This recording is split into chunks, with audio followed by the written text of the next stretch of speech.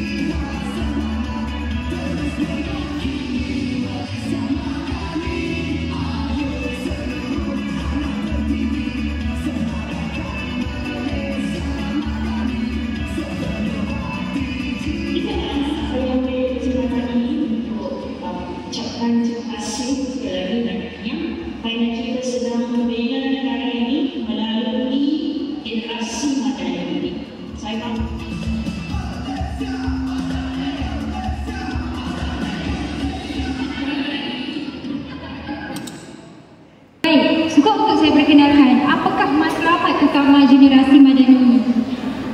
Yang pertama sekali adalah melahirkan generasi yang beradab, berakhlak, berintegriti, berilmu dan mampu bersaing pada peringkat global. Matlamat yang kedua, membantu generasi yang memartabatkan identiti nasional dan menjunjung nilai kelestarian. Itu antara matlamat utama konsep generasi madani ini. Baik, kita pergi ke objektif utama kenapakah generasi madani ini diperkenalkan.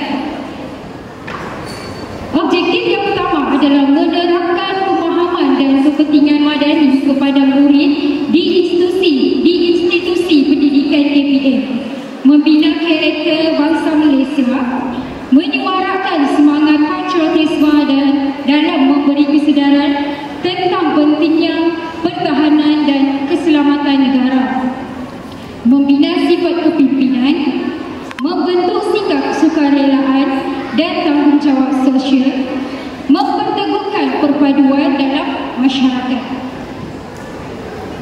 Baik, kita pergi ke fokus penerapan konsep generasi madani. Apakah fokus utama penerapan konsep madani, generasi madani? Jika kamu perhatikan di hadapan, ada dua fokus utama konsep generasi madani. Yang pertama sekali adalah rekayasa sikap dan rekayasa minda. Okey, kita pergi satu persatu. Rekayasa sikap. Yang pertama sekali berfokuskan kepimpinan, yang mana keupayaan untuk memimpin dan memberi impak positif kepada rakan sebaya serta komuniti sekeliling melalui tindakan dan beretika, bertanggungjawab dan berwibawa. Baik, rekayasa sikap yang kedua adalah ihsan, di mana cerminan sikap yang penuh empati, keikhlasan dan bertanggungjawab terhadap diri sendiri, orang lain dan alam sekitar. Rekayasa sikap yang ketiga iaitu keseimbangan diri, yang mana kemampuan untuk menyeimbangkan kehidupan dari segi intelektual, sosial, emosi, rohani dan fizikal dengan cara sihat dan hormat. Baik, itu adalah rekayasa sikap bagi konsep generasi madani. Fokus penerapan konsep generasi madani yang kedua ialah rekayasa minda. Baik, kita tengok ada 3 rekayasa minda. Yang pertama sekali adalah pemikiran yang kritis, yang mana kebolehan untuk menilai sesuatu idea secara logik dan rasional untuk membuat pertimbangan yang wajar. Yang kedua, kreatif dan inovatif, yang mana kebolehan untuk menghasilkan ciptaan sesuatu yang baru, bernilai serta berfikir dari perspektif yang pelbagai. Baik, yang ketiga, pembelajaran sepanjang hayat, di mana pembudayaan proses penimbangan pengetahuan dan kemahiran secara berterusan agar mampu beradaptasi dalam pelbagai persekitaran. Fokus penerapan ini merangkumi 6, yang mana jika setiap kita mengaplikasikannya, maka generasi madani hari ini dan akan datang akan terbentuk dengan adab dan akhlak serta integriti yang berkualiti. Baik, kita pergi agenda seterusnya, iaitu mengenali logo generasi madani. Seperti mana yang anda lihat, generasi madani mempunyai 5 warna pada perkataan generasi itu sendiri. Tapi pernahkah kamu terfikir kenapa dia diciptakan dengan pelbagai warna? Baik, hari ini kita akan berkenalan dengan warna-warna tersebut. Yang pertama sekali adalah warna merah yang terdapat pada huruf G, N, E dan I. Warna merah ini melambangkan semangat, keberanian dan tindakan. Warna ini menggambarkan generasi madani yang proaktif. Manakala warna biru gelap, warna ini merupakan warna rasmi bagi madani. Warna biru gelap adalah warna rasmi bagi generasi madani. Seterusnya warna biru terang terdapat pada huruf I. Biru melambangkan kestabilan dan kepercayaan serta perpaduan. Warna ini menggambarkan generasi madani yang mempunyai kesungguhan dan bersifat harmoni. Seterusnya huruf kuning yang terdapat pada huruf E. Kuning melambangkan keceriaan dan optimis. Warna ini menggambarkan generasi madani yang kreatif dan inovatif. Warna yang terakhir iaitu warna merah jambu terdapat pada huruf R. Warna merah jambu melambangkan empati dan kasih sayang. Warna ini menggambarkan generasi madani yang menghayati kepelbagaian dalam masyarakat. Kombinasi warna ini menunjukkan elemen keterangan dan kepelbagaian, menyerahkan nilai inklusif yang mahu ditonjolkan dalam generasi madani. Okey, baik, kita kita teruskan dengan logo generasi madani itu.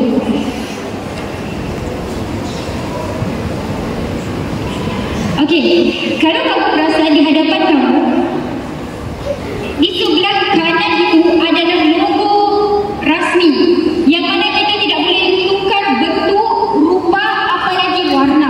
Sangat tidak boleh ditukar. Kerana apa? Konsep pembinaan logo itu sendiri memainkan peranannya sendiri. Jadi kalau kita tukar, konsep madani itu akan bertukar juga. Dan salahlah. Okey. Generasi madani punya logo macam yang di atas tadi tu. Yang di bawah tu, kalau kamu perasan, dia bertukar warna. I-nya jadi warna, I-nya jadi warna merah, I-nya merahnya jadi lain lah, macam gitu. Itu tidak boleh. Kita tidak pastikan logo generasi madani itu sama macam dia kalau nampak terpapar di sebelah kanan. Gitu, kamu tak boleh tukar dia jadi warna semua merah jauh, jadi semua warna biru tua, tidak boleh. Kenapa? Sebab konsepnya memang begitu. Okey? Warna logo generasi madani adalah mengikut klasifikasi seperti jadual di bawah itulah.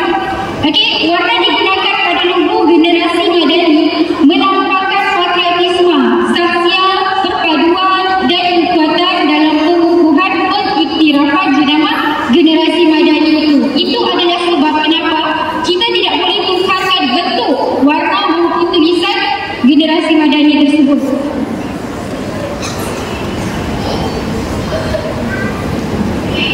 Melalui penggunaan beserta tujuan yang jelas secara konsisten, warna ini dapat menjadikan pengiktirafan generasi madani lebih kuat dan kukuh dari semasa ke semasa.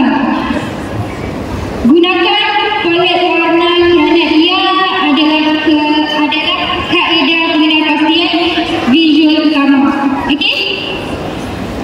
Okey, jadi sudah kenal dengan generasi madani dari aspek matlamat, tujuan, warna, tulisan, sudah boleh faham.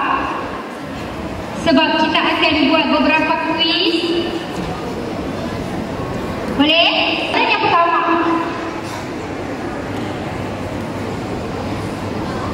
berapakah warna yang terdapat dalam logo generasi madani? Angkat tangan.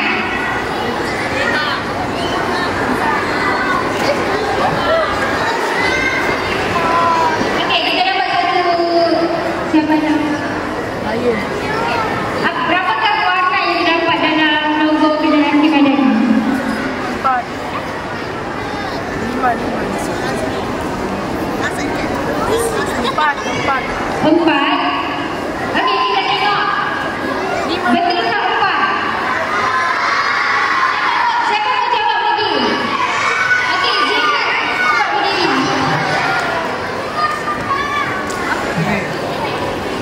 10. 5. Kita tengok. Betul tak jawab 5, cikgu? Betul.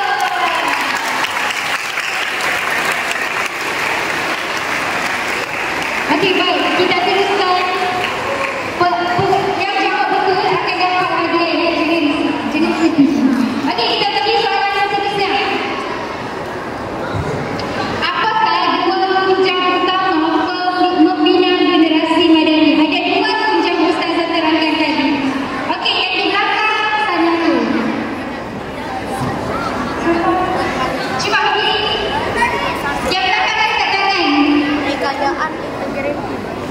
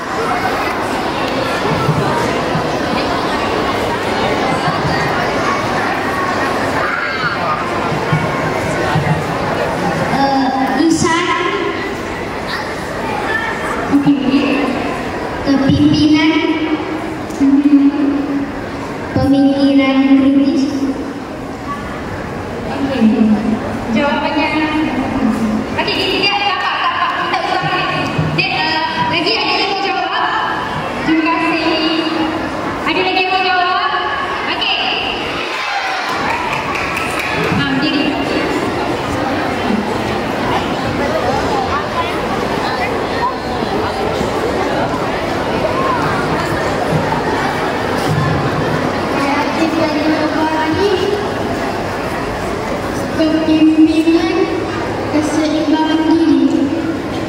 Okey, kurang lebih. Terima kasih. Okey, next. Last story. Yang di ujung mana? Pilih. Ada 3 rekayasa minda generasi madani. Apa itu? Kreatif dan inovatif, pembelajaran sepanjang hayat dan keseimbangan diri. Okey cikgu, mari kita tengok betulkah tidak jawapannya.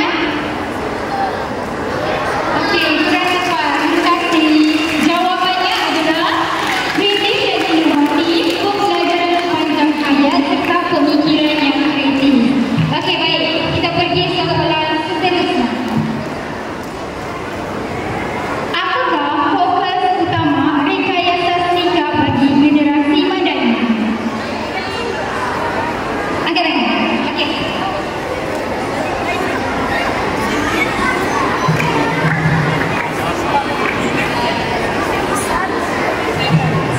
Kepemimpinan, lisan dan keseimbangan diri.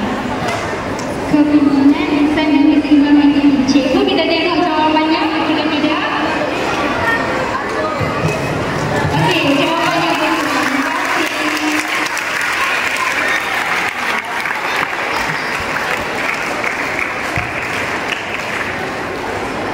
Okey, baik. Sebelum itu, kita akan teruskan dengan penyerahan bendera dan poster.